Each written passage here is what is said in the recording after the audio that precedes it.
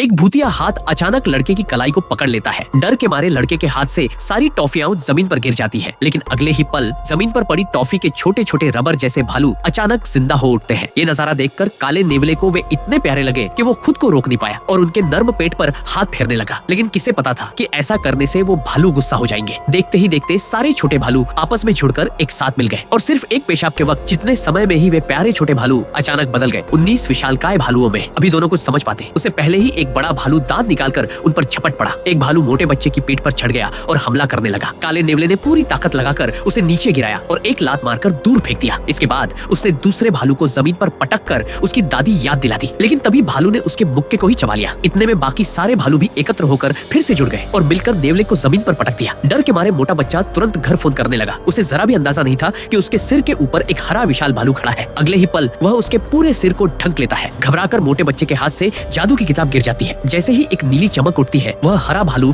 तुरंत उस किताब के अंदर खिंच जाता है। दूसरी तरफ काला नेवला पूरी तरह से भालू द्वारा निगल लिया गया था, लेकिन सौभाग्य से जिनके पास सुरक्षा होती है उन्हें नुकसान नहीं होता। मोटे बच्चे ने तुरंत किताब उठाई और भागता हुआ नेवले की मदद करने पहुंच गया। समय रहते उसने सारी रबर भालू और उस टॉफियों को जादू की किताब में छींक कर लिया और इस तरह नेवले की जान बच गई। लेकिन जैसे ही सबने सोचा कि खतरा टल गया है, उन्हें क्या पता था कि बाहर की सारी हेलोवीन मॉन्स्टर्स भी अब जिंदा हो गई है और इसका सारा क्रेडिट जाता है उसी मोटे आलसी बच्चे को, जिसने बचपन से अकेलेपन और ठंड के कारण उस किताब में ढेरों राक्षस खुद बना डाले थे ताकि वे उसे साथ दे सके। पर किसे पता था कि ये सारे राक्षस असली बनकर किताब से बाहर आ जाएंगे। अचानक सैकड़ों सांता क्लॉज उस घर में घुस आए। सब लोग इतना डर गए कि अपनी माँ को भी नहीं पहचान पाए, लेकिन नेवले को ये सांता क्लॉज कुछ खास डरावने नहीं लगे। तभी अचानक एक तेज चाकू उसके सिर के पास से गुजरा और फिर सारे सांता क्लॉज फावड़े उठा उठाकर हमला करने लगे।